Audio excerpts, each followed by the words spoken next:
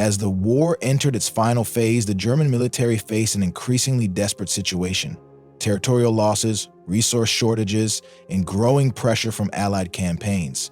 In this context, the Waffenträger program was launched to create a mobile vehicle combining strong firepower with low production costs. The goal was to replace traditional towed artillery, prone to abandonment during retreats, with lightweight, self-propelled guns, mounting anti-tank or large-caliber field guns on standardized, easy-to-manufacture chassis. Although the E-Series program laid the groundwork for tank design simplification, the Waffenträger attracted multiple manufacturers with distinct approaches. Rheinmetall-Borsig, a leading name in German arms industry, developed its own gun carrier from late 1942. This project utilized the suspension system of the Hetzer tank destroyer, demonstrating an effort to maximize the use of available components amid severe industrial decline.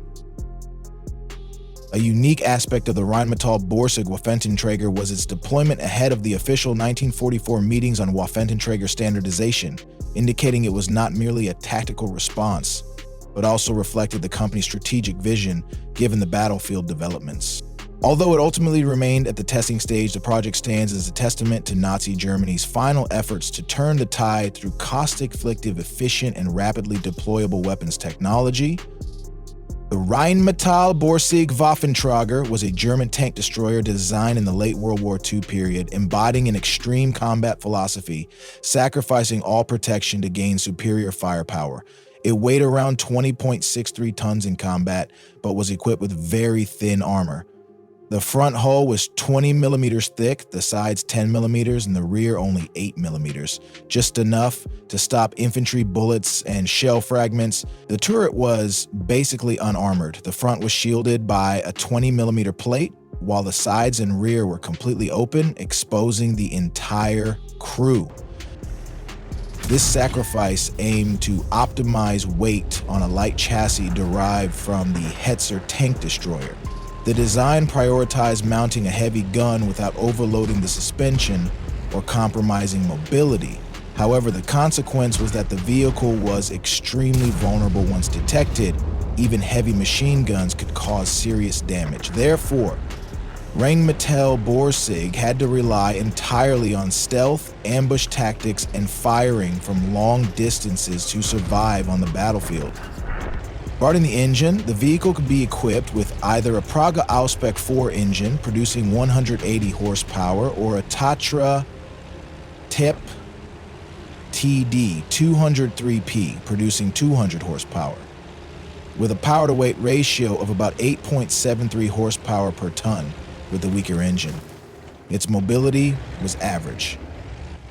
The top speed was only 35 kilometers per hour, sufficient for repositioning or retreating when necessary. However, it was not fast enough to escape in emergencies, making concealment a critical survival factor. The main weapon was the standout strength. The vehicle featured two options of guns mounted on a turret capable of rotating 360 degrees.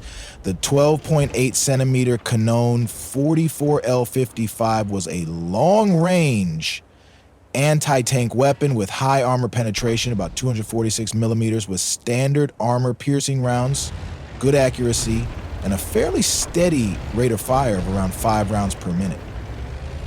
Meanwhile, the 15-centimeter PaK L29.5 focused on heavy damage, especially when using high explosive or shape-charge armor-piercing rounds, but suffered from low accuracy and a long reload time of up to 20 seconds. Despite these differences, both guns were limited by a gun depression angle of only -5 degrees, making it more difficult to use advantageous terrain positions. The crew consisted of 4 members: commander, driver, gunner, and loader. Having only one person responsible for loading large caliber shells ranging from 28 to over 43 kilograms each put significant pressure on the rate of fire in actual combat, especially during prolonged engagements. This was another trade-off between saving space, reducing weight, and maintaining operational efficiency over time. The Rheinmetall-Borsig Waffenträger embodied an extreme design concept where every aspect revolved around optimizing firepower.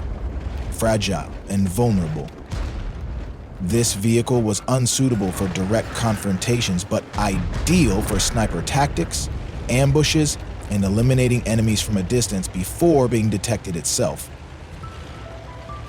From late 1942, Rheinmetall-Borsig began developing a Waffenträger model, a gun carrier vehicle capable of firing directly from the chassis, combining heavy firepower with high mobility. Two artillery pieces were considered, the 15-centimeter SFH-18 and the 12.8-centimeter KWK-44. To utilize existing components, the design used the suspension system from the Hetzer tank destroyer, originally intended for much lighter guns. Technical challenges quickly emerged as the large guns exerted excessive stress on the light chassis. Rheinmetall-Borsig was forced to completely redesign the frame, but still could not fully resolve the issues of weight and recoil forces. The conflict between firepower and load-bearing capacity became the core weakness of the project. The vehicle was equipped with a fully rotating turret, a rare tactical advantage, but had extremely thin armor, only 20 millimeters at the front and none on the sides or rear. This configuration reflected the glass cannon philosophy, relying on long-range fire and hitting the first shot to survive.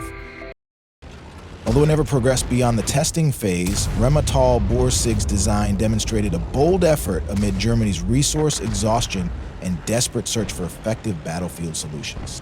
However, the Rheinmetall-Borsig Waffenträger project was canceled due to its complex design, high cost, and heavy weight, making mass production unfeasible under the difficult conditions at the end of the war.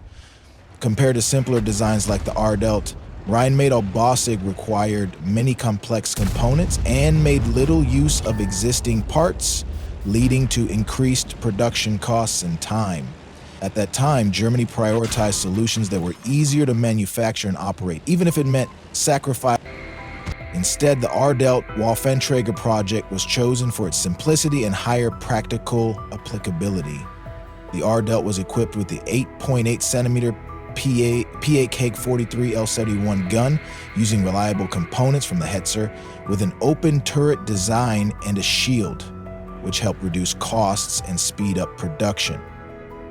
Some Ardelt vehicles were produced and saw limited combat late in the war.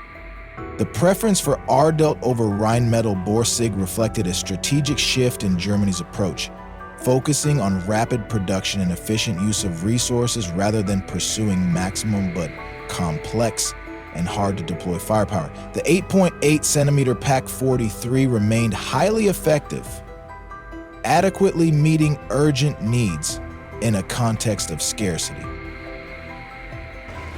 The Rheinmetall-Borsig Waffenträger was an ambitious German design during the late war period, reflecting an effort to develop a combat vehicle with extremely powerful firepower on a mobile chassis, combining a turret and using existing components such as the Hetzer suspension system.